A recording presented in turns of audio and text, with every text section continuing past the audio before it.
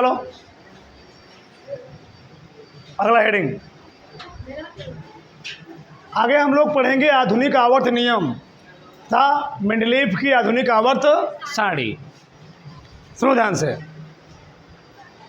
Mendeleev ने जो आवर्त सारणी बनाई थी उसमें कुछ गलतियां थी। क्या थी? गलतियां थी। और गलतियों को बाद में संशोधन करके एक साइंटिस्ट थे मोजले। कौन थे? मोजले। 1913 ईस्वी में उन्होंने क्या किया?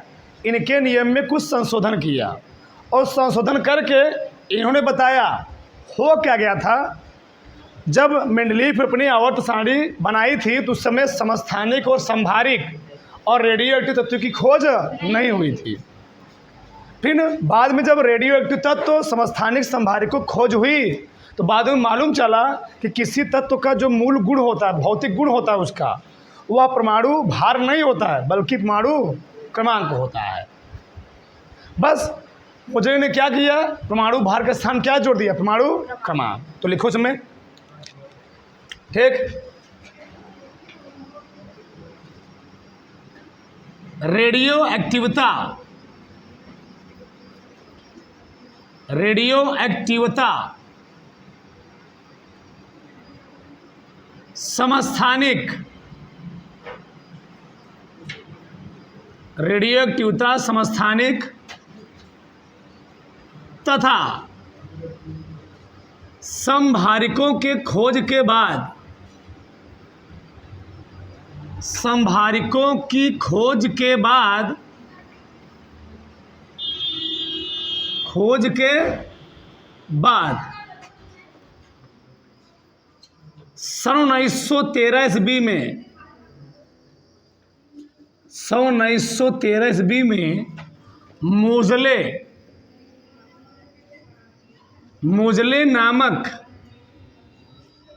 मोजले नामक वैज्ञानिक ने, मोजले नामक वैज्ञानिक ने बताया कि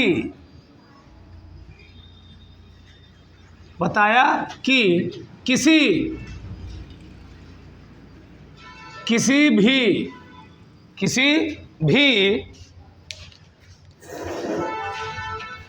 भी परमाणु का मौलिक गुण, किसी भी परमाणु का, किसी भी परमाणु का मौलिक गुण उसका परमाणु भार नहीं, उसका परमाणु भार नहीं होता है, परमाणु भार नहीं होता है, नहीं होता है, बल्कि परमाणु क्रमांक होता है, परमाणु क्रमांक होता है। समझो ना? तो मोजले ने क्या प्रूव किया जी? कि किसी भी परमाणु का जो मौलिक गुण होता है वह परमाणु भार पर डिपेंड नहीं करता। किस पर डिपेंड करता है? परमाणु क्रमांक पर डिपेंड करता है। और मोजले ने क्या किया? मेंडलीफ की मूल आवर्त सारणी में, यानी मेंडलीफ की जो क्या थी मूल हम लोग इंग्लिश में कहते हैं, उनकी जो क्या थी, जो उन्होंने खुद अपने हाथ से बनाई थी आवर्त सारणी, ठीक। उनके आवर्त सारणी में क्या किया? संशोधन किया। और संशोधन का क्या किया? उन्होंने एक नियम दिया जिसको हम लोग कहते क्या है? आधुनिक आवर्त सारणी। इसे लिखो, मेंडलीफ की, मेंडलीफ की मूल आवर्त सारणी में, मेंडलीफ की मूल आवर्त सारणी में, मेंडलीफ की मूल आवर्त सारणी में संशोधन करके, संशोधन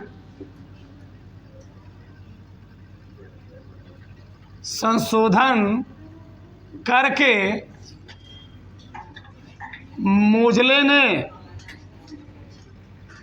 मुजले ने जो आवर्त सारणी बनाई, जो नई आवर्त सारणी बनाई उसे आधुनिक आवर्त सारणी कहते हैं।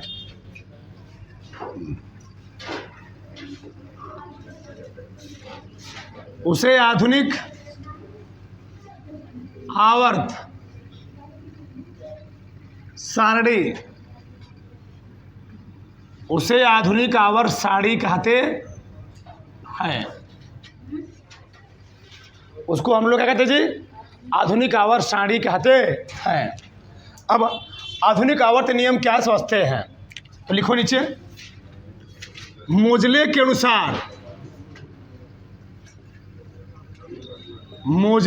अनुसार या इसी को हम लोग कहते क्या हैं? आधुनिक आवर्त नियम के अनुसार, आधुनिक आवर्त नियमानुसार, आधुनिक आवर्त नियमानुसार किसी तत्व के भौतिक और रासायनिक गुण, किसी तत्व के भौतिक और किसी तत्व के भौतिक और रासायनिक गुण, किसी तत्व के भौतिक और रासायनिक गुण उसके परमाणु क्रमांक के,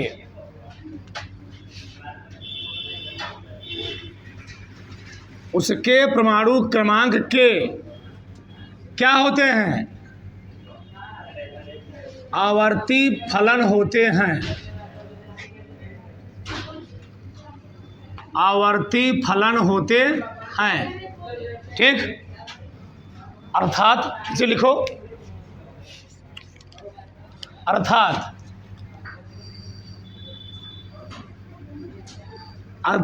यदि तत्वों को उनके परमाणु क्रमांक के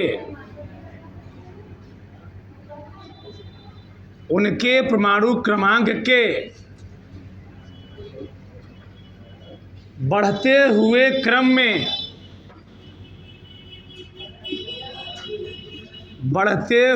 क्रम में व्यवस्थित, इसी को हम लोग कहते हैं अरेंजमेंट, व्यवस्थित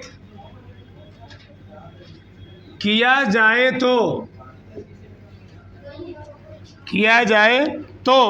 एक निश्चित अंतराल के पश्चात, एक निश्चित अंतराल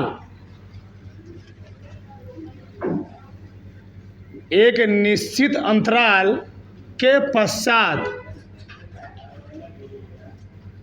समान गुणधर्म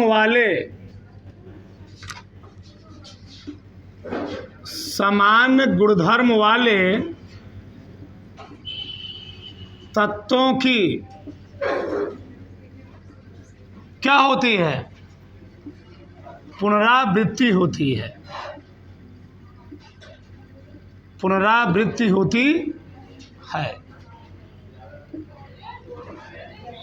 यही आधुनिक आवर्त नियम। ठीक, ये क्या है जी? आधुनिक आवर्त नियम। सो ध्यान से, नियम क्या था? बस मोजले ने कुछ किया नहीं, बस जहाँ पर परमाणु भार था उसके स्थान क्या जोड़ दिया? परमाणु क्रमांक। और उन्होंने एक नियम दिया, उसी नियम को हम लोग कहते क्या है? आधुनिक आवर्त नियम। कहते हैं आधुनिक आवर्त नियम।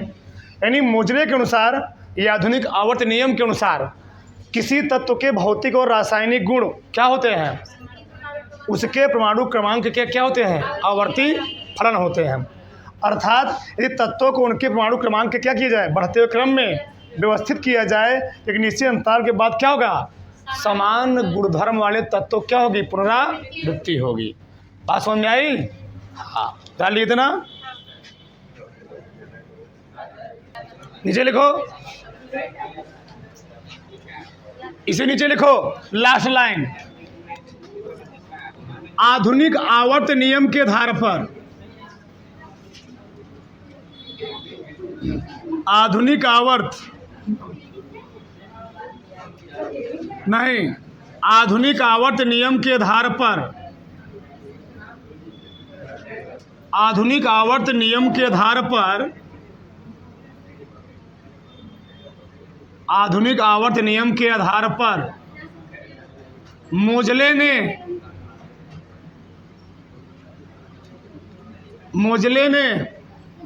1913 ईस्वी में, मोजले ने 1913 ईस्वी में परमाणु क्रमांक के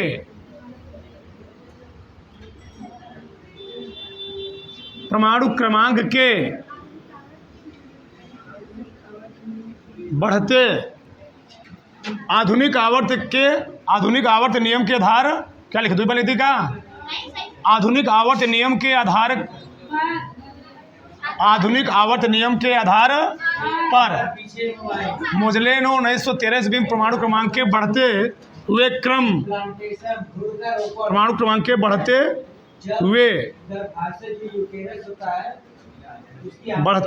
क्रम में एक नई आवर्त सारणी बनाई, एक नई आवर्त सारणी बनाई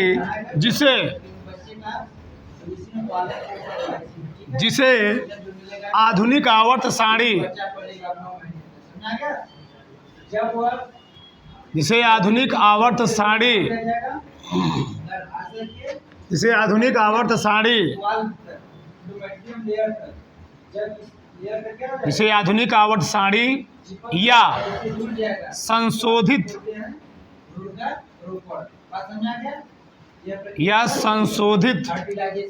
आवर्त सारणी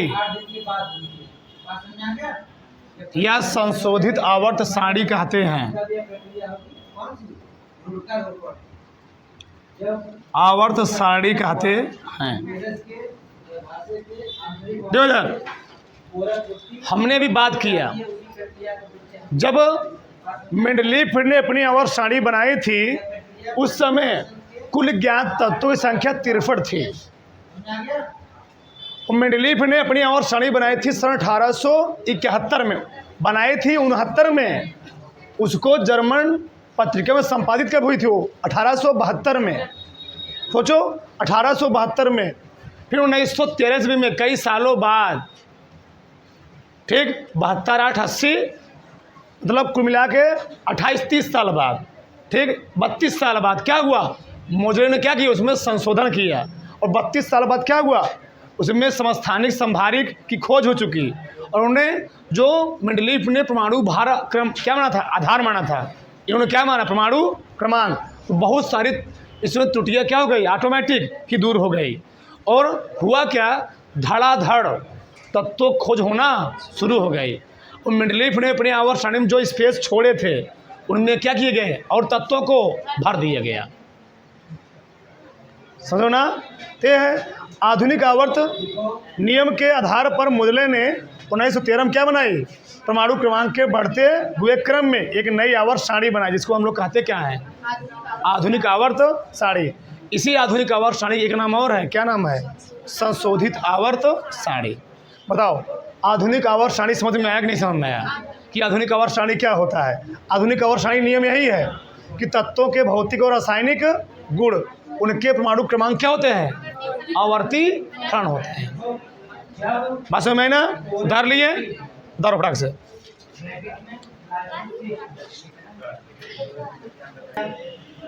अगला है डालो, आधुनिक आवर्त सारणी की विशेषताएं है डालो।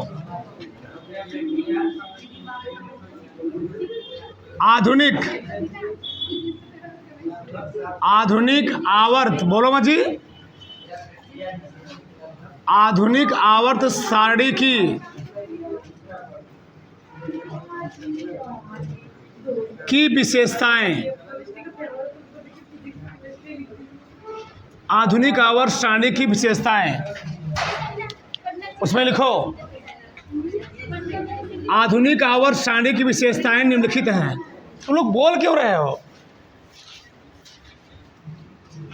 आधुनिक आवर्त सारणी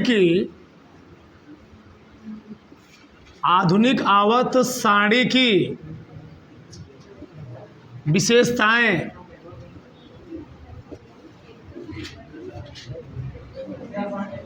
निम्नलिखित हैं।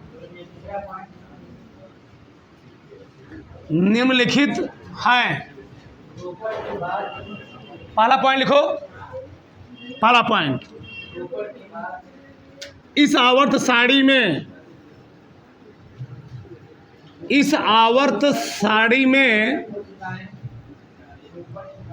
7 क्षैतिज या 7 आवर्त कोष्ठक ले लेना, 10 क्षैतिज पंक्तियां भी दिखाएंगे तुमको हम। 10 क्षैतिज पंक्तियां, 7 आवर्त कोष्ठक में 10 क्षैतिज पंक्तियां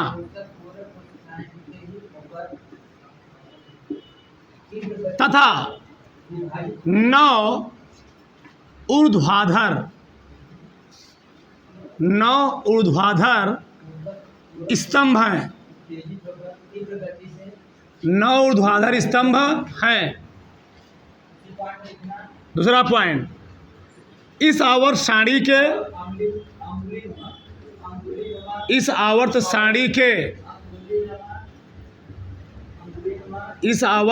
के पहले, दूसरे, तीसरे, चौथे, पांचवें, छठवें व 7वें आवर्त में क्रमशः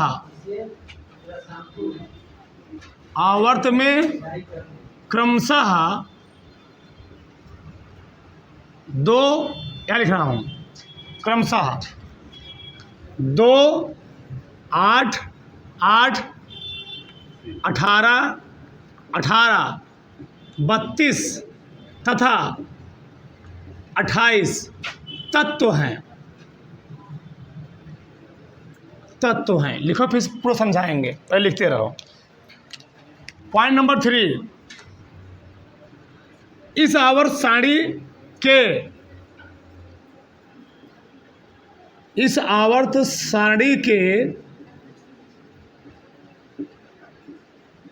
पहले, इस आवर्त सारणी के पहले आवर्त को अति लघु आवर्त,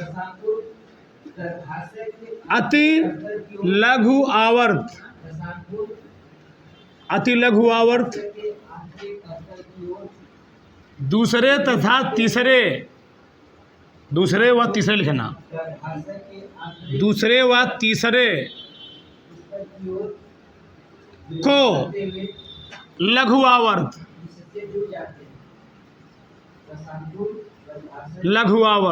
कामा करते रहोगे। चौथे व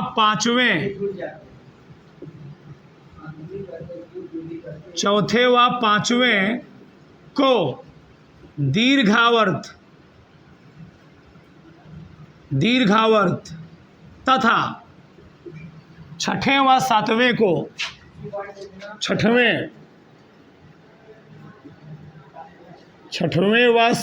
को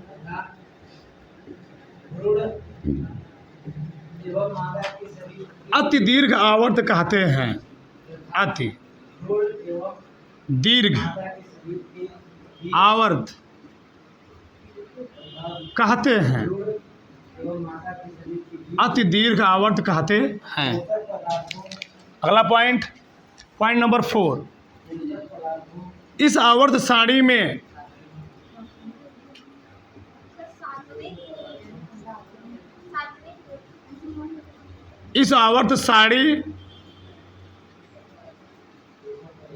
इस आवर्त सारणी में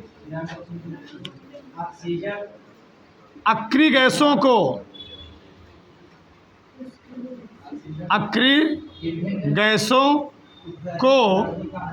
एक अलग स्थान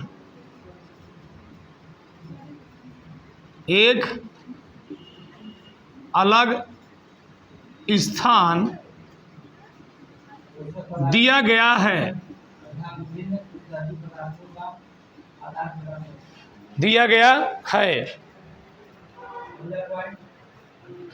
सही है ना?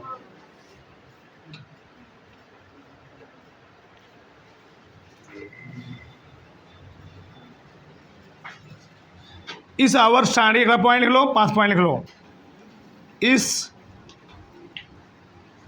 इस आवर्त सारणी के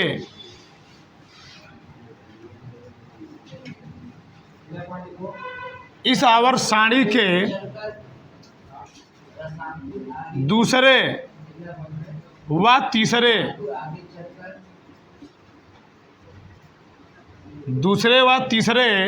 आवर्त के तत्वों को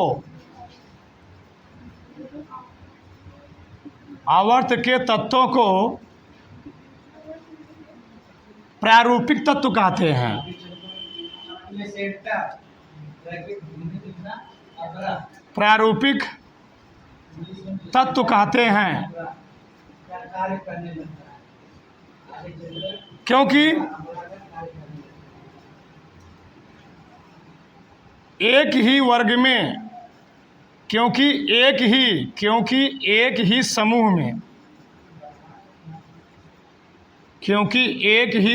में होने के कारण इनके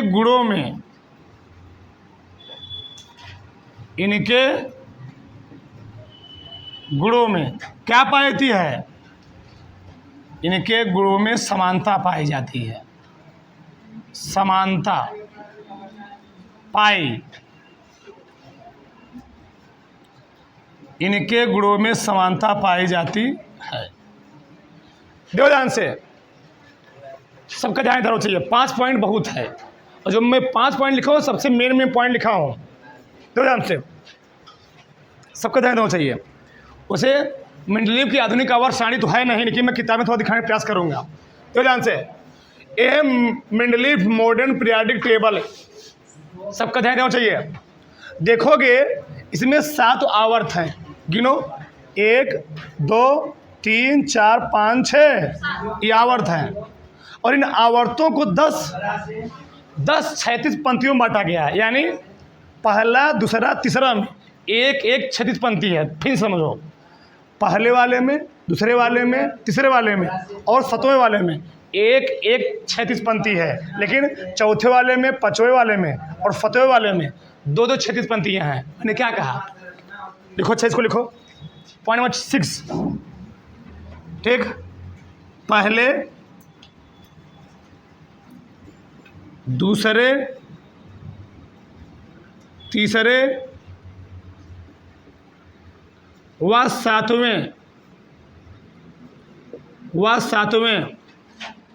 आवर्त में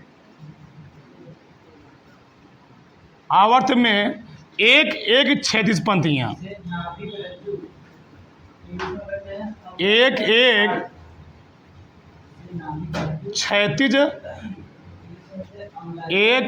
क्षैतिज पंक्तियां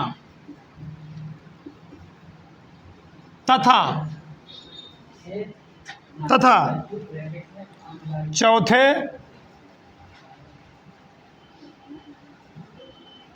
पांचवें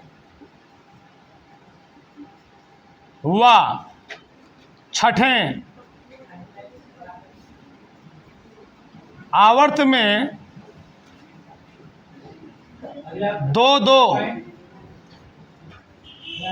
2 क्षैतिज पंक्तियां हैं। एकदम विस्तार से पढ़ो, कुछ चीज़ छूटने ना पाए। एक बार कोई पूछे तो पूरा धड़ाधड़ तो सुनो।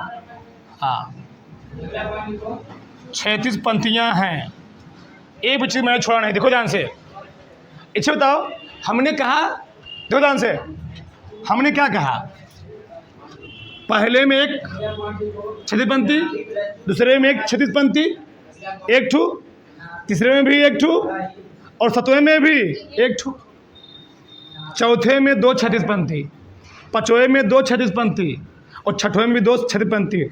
जोड़ो टोटल, 1 1 2 1 3 2 5 2 7 2 9 1।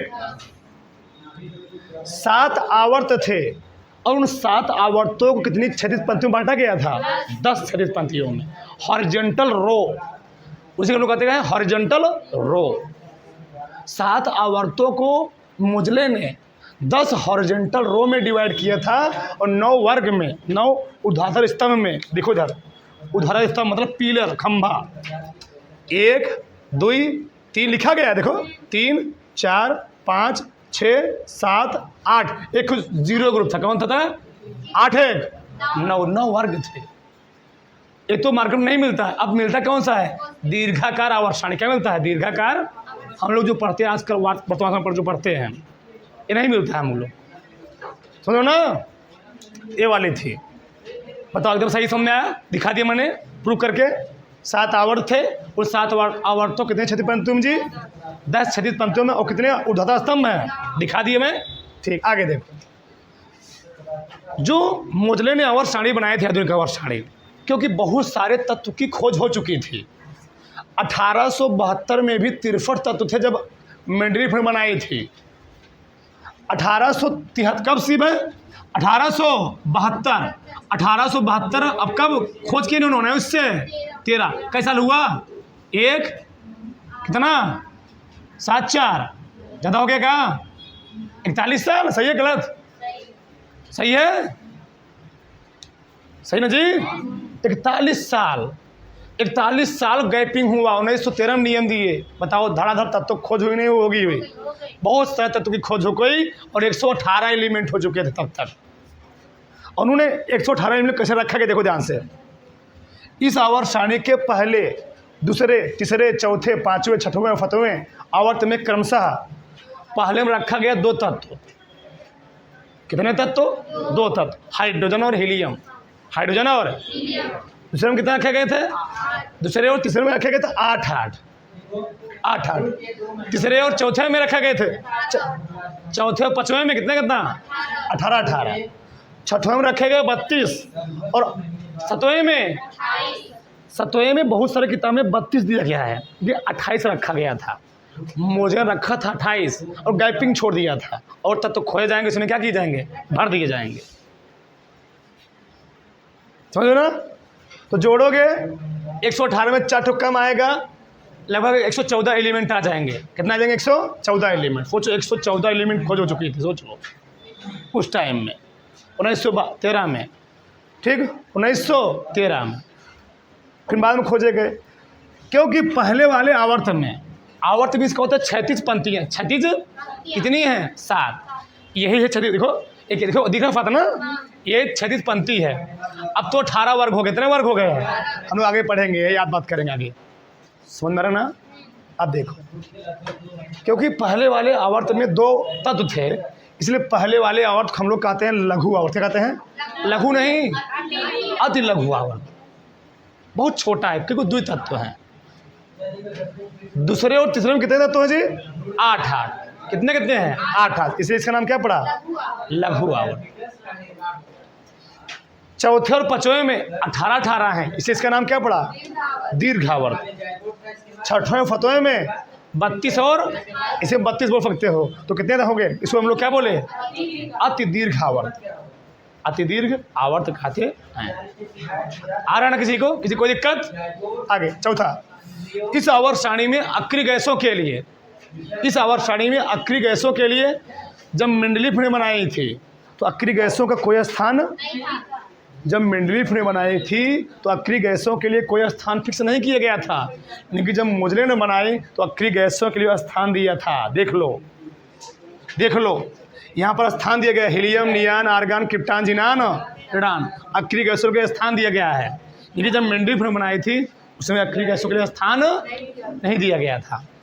ठीक, इस आवर्त सारणी के दूसरे व तीसरे आवर्त के तत्वों को प्रारूपिक तत्व कहते हैं। अभी आगे पढ़ेंगे हम लोग। पहले और दूसरे आवर्त के तत्वों को प्रारूपिक तत्व कहते हैं, क्योंकि एक ही समूह में, एक ही वर्ग में, समूह को ही हम लोग कहते हैं वर्ग। एक ही समूह में जो तत्व होते हैं उनके गुणों में कुछ ना कुछ क्या होती है, समानता होती है, इसलिए इनको हम लोग क्या कहते हैं, प्रारूपिक तत्व। ये तो मैं दिखाई दी तुमको। पहले, दूसरे, तीसरे व सातवें आवर्त में एक एक क्षैतिज पंक्ति, चौथे, पांचवें और छठवें आवर्त में कुल जोड़ कितना जाएगा, 10। बताओ, यहाँ तक किसी कोई डाउट है? यहाँ तक किसी एक पॉइंट भी प्रॉब्लम है? उतार लो जो नहीं लिखा अभी, उधर फटाक से लिखो। आगे अगला हिंट लिखो, आधुनिक आवर्त सारणी के दोष। देखो यार, हमने बोला था अगर कोई नियम कानून बनाया जा रहा है उसमें कुछ क्या होंगे, उसमें कुछ विशेषताएं भी हो, कुछ क्या होंगे इसमें जी, उसमें कुछ त्रुटियां भी होंगी। तो इसमें कुछ त्रुटि थी, लिखो। आधुनिक आवर्त सारणी, आधुनिक आवर्त सारणी में दोष निम्नवत हैं। आधुनिक आवर्त, आधुनिक आवर्त सारणी में दोष निम्नलिखित हैं। पढ़ा लिखो पहला पॉइंट, हाइड्रोजन का स्थान निश्चित न होना। हाइड्रोजन का स्थान, लेखक भी समझाते हैं, हाइड्रोजन का स्थान निश्चित न होना। हाइड्रोजन का स्थान निश्चित न होना। बोलो मत शांत रहो।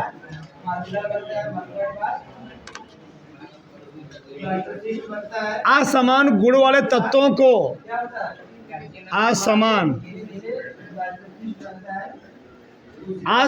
गुणों वाले तत्वों को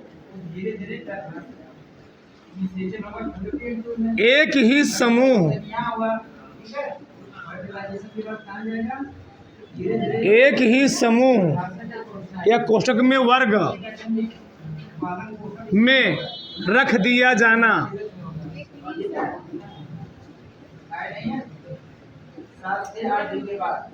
रख दिया जाना, ठीक।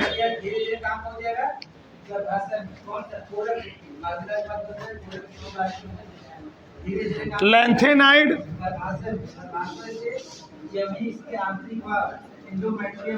लैंथेनाइड व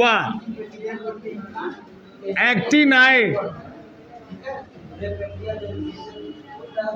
लैंथेनाइड व एक्टिनाइड तत्वों के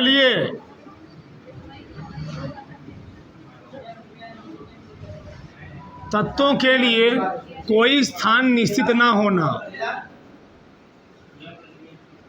कोई स्थान निश्चित ना होना। कोई स्थान निश्चित ना होना।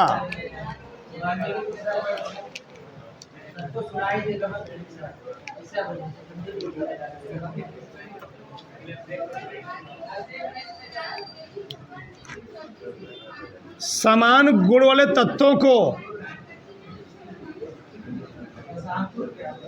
समान गुणों वाले तत्वों को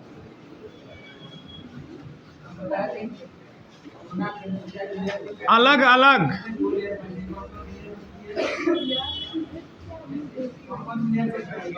अलग अलग समूह में रख दिया जाना। समूह में रख दिया जाना, ठीक।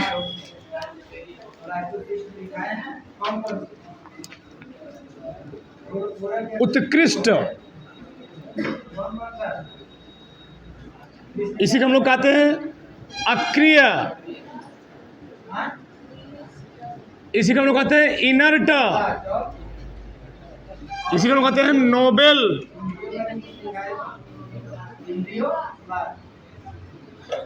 ठीक, उत्कृष्ट, अक्रिय, इनर्ट, नोबेल। गैसों के लिए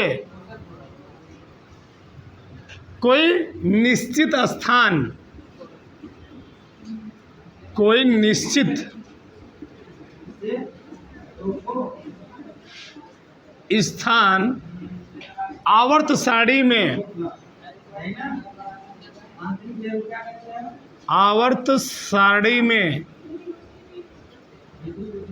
ना होना। 5 पॉइंट बहुत है, देखो ध्यान से। आधुनिक आवर्त सारणी के दोष क्या थे? दोष क्या थे? हाइड्रोजन का स्थान निश्चित नहीं किया गया। जो आधुनिक आवर्त सारणी मोजे द्वारा बनाई गई उसमें हाइड्रोजन का जो गुण था उनके अनुसार वह पहले आवर्त और 7वें आवर्त के 7वें वर्ग, पहले वर्ग और 7वें वर्ग के गुणों के समान था। उसको अगर 7वें वर्ग अगर पहले वर्ग के गुणों का समान उसका व्यवहार है तो उसको 2 वर्ग में रखा जाना चाहिए ना जी। उसने क्या किया था? मोजले ने केवल 1 वर्ग 7वें में रखा था, एक गलती थी। दूसरा, अगर असमान गुण वाले तत्व हैं तो असमान गुण वाले तत्वों को अलग अलग वर्ग में समूह में रखोगे ना। अगर भैया किसी गुण अलग है, किसी गुण अलग है तो उसको उन्होंने क्या किया था? कुछ ऐसे तत्व थे जिनका गुण अलग अलग था, उनको क्या किया गया था? एक ही समूह में रख दिया गया था। समझो, लैंथेनाइड और एक्टिनाइड। देखो इधर, जब मेंडलीफ जब मोजले ने आवर्त सारणी बनाए थे उसमें लैंथेनाइड और एक्टिनाइड तत्वों के बारे में कोई जानकारी नहीं थी। बस उन्होंने स्थान छोड़ दिया था कि इसमें इतना तो 14 तत्व तो 6वें में, 14 तत्व तो 7वें में हो सकते हैं, बस स्थान छोड़ दिए थे। अब एक नई सीढ़ी बनी, उसका नाम क्या है? लैंथेनाइड सीढ़ी। ये क्या है? लैंथेनाइड्स। ये क्या है? एक्टिनाइड्स। पढ़ाएंगे, बताएंगे।